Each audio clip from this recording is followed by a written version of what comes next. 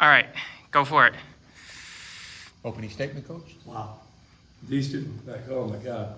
Preston in the first half, got us to there, and these two in the second half. And, I said it, they'll tell you at halftime, I said, hey, let's make some shots. I said, we're up 20 minutes to go to final Sweet 16.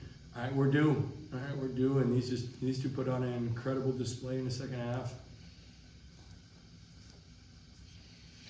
Have you had any team ever go 10 for 11 from three-point range? Is that where we ended up? I didn't know. Yeah. No, I don't. 4 think for so. 16 at the half, 10 for 11 in second. Yeah, I don't know.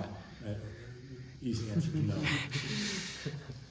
Getting old, I can't remember either. But yeah, that was, oh wow, it's a little speechless. Like that was really fun. Anthony, the first half, they got up 10 midway through the half, and then you guys clawed your way back in. I saw that as kind of the key to the game.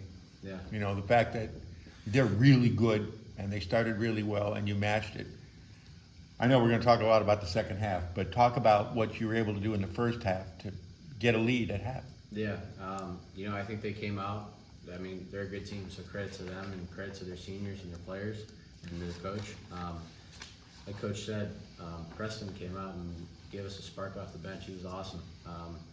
And you can say that about a lot of guys. I mean, it's not just the scoring, it's the rebounding, it's the defensive stops, and we needed those stops. We started getting stops, and then that's when the lead started to dwindle down a little bit. And, Coach puts a lot of trust in all of us to make plays, and I think that gives us some fuel to go out there and make those plays. And that was kind of what brought us back to the game. Coach, I'm sorry, go ahead. No, I didn't really have anything to add. Anthony sort of hit the No, I mean, nail. you had 6 at half and 23 in the second half. You ever done that? Grade school, high school, CYO? Have you ever scored 23 and a I half? haven't ever played a game like that. I mean, I like to think of myself as a decent scorer, but doing it in that moment in front of that crowd and that way in the second half, that's the most fun I've ever had playing basketball. I mean, watching him go, looking over at my bench, looking at Coach, looking at the fans after making that's an experience I'll talk about for the rest of my life. But we know that Trunz can do that, and we see it every day in practice. So we believe in him to do that type of stuff. So it's not a surprise to us. What wasn't a surprise? Trunley going crazy in the second half. Oh, okay. Well, and just one more, please. Sorry for that. I think the scoring explosion, I don't want to say it obscures the fact, but it overshadows the fact that your defense in the second half was really good. Mm-hmm. I mean, it wasn't bad in the first half either. Yeah. But once you got the lead, you expanded it, and that's as much defense as offense. Talk about what your team did tonight defensively that folks should know about.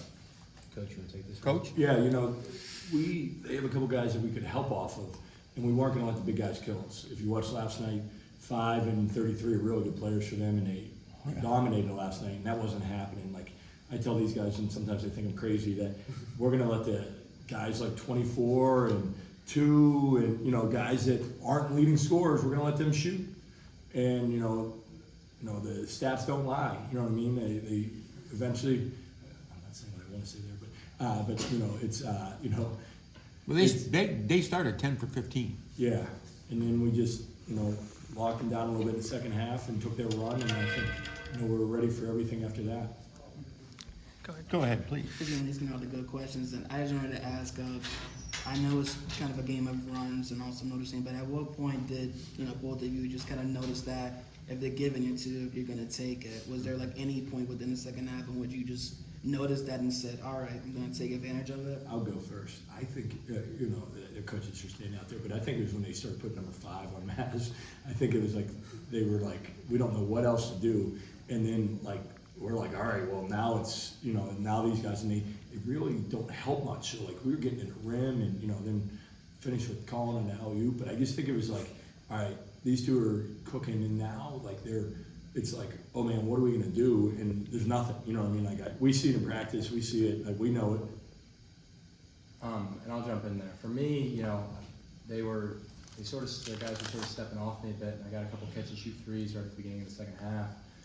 And, once I saw a few go through, I saw a few more go through, and from that point, Anthony was at the same point. And, they were sort of just trying. It almost felt like they were trying to make us to beat them, and that's what we tried to do at the end. The only way I can explain that, I mean, that felt like an out-of-body experience. I'm a big believer in Jesus Christ, and I give all the glory to Him.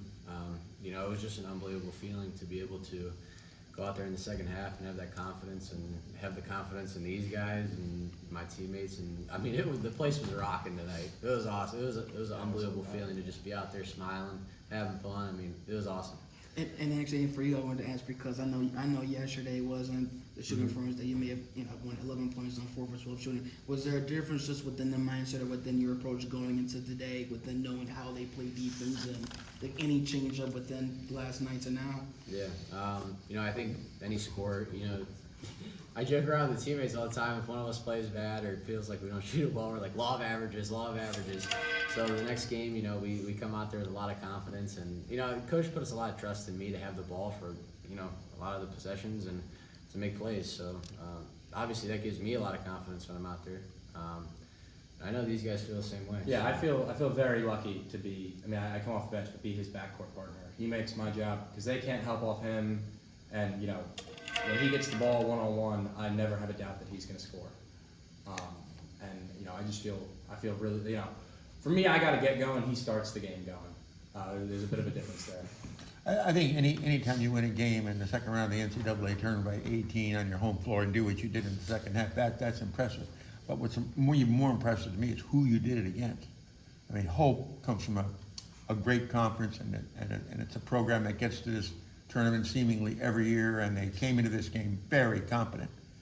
Yeah, it was great. I think we knew, like last night, like we didn't show our best. In first half, we just hung around a little bit, and then it was like, all right, we have 20 minutes to go to get to the Sweet 16, and it's the most wins in school history now, and there's a lot of things that are attainable with this group. I remember last year sitting in here after we lost to Whitewater, and we weren't big inside, and we weren't.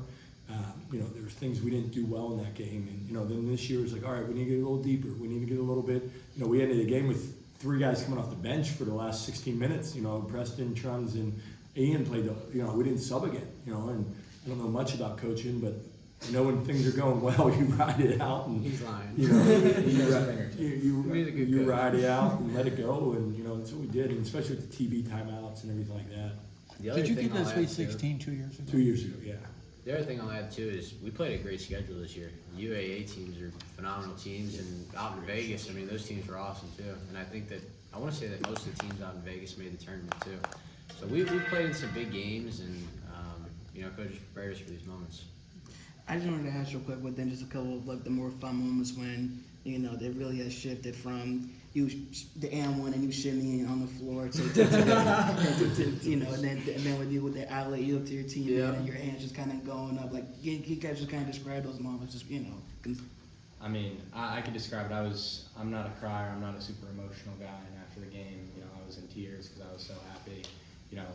Sharing this. I mean, I'm almost about to again, like with these guys, with my family, with my teammates, like that. It's what I dreamed of as a kid. Winning at this level, winning at college basketball games. Like, it's everything I've ever wanted. Like, so I'm just so happy to be here and just enjoying the moment. And I see you, Coach, getting emotional. I assume you share the same feelings as you play. Yeah, heck yeah. It's just awesome. I'm just so blessed that Coach has brought me in here after 4 years, man, and this is everything I could have ever wanted. I obviously want to keep going and keep playing and keep winning, but I mean, glory to God, glory to God, man. It's hard to explain how much this means to me and how much it means to Coach. And I know, happy birthday, Coach, by the way. It's his birthday. He's 75. To be able to just I think it's the first time we haven't lost on my birthday. So that's good. Is it your birthday today? Yeah, 44. to be able to do that on this stage, Thank Aaron. it's a blessing. It's a blessing. I just wanted to ask this last question. Was there anything from last year within the loss to Whitewater that just stayed on your mind between last night to now, in which you said you were not going to be denied? Yeah, I think, as a coach, you're like, can we get to this next level? Can we get there? And like, you doubt yourself at times, like last year we have a great team and you're losing the second round. You're like, we're at home, we're gonna lose. Like, and then, to bring it back and then like, so, we, as a coach, like, as a competitor, like, I want to win every game, but like, it's just been awesome. Like, we have good dudes and like, I'll tell you, we don't practice too long, and like we just go out and compete our butts off and Have fun. have fun. Yeah, and I mean, I'll say, I know Maz wasn't here, but I was here for Whitewater last year, and, you know, I've thought about that a lot in my summer and my fall up to now. That's, you know, that's just been something that stuck with me. Obviously, I didn't have the same role last year that I do this year, but, you know, I think all of our returners remember that, and that was, you know, we thought we were really good last year. We won the UAA, we were 22-4 at the end of the year. We thought we were, you know, the team that could get over that hump and get out of that first weekend and get back to the Sweet 16 like we did my freshman year. And, you know, there is a difference between this team and that team. You know, we are a really, really good team. You know, I'm willing to go to war with these guys against anyone. Happy birthday, Coach.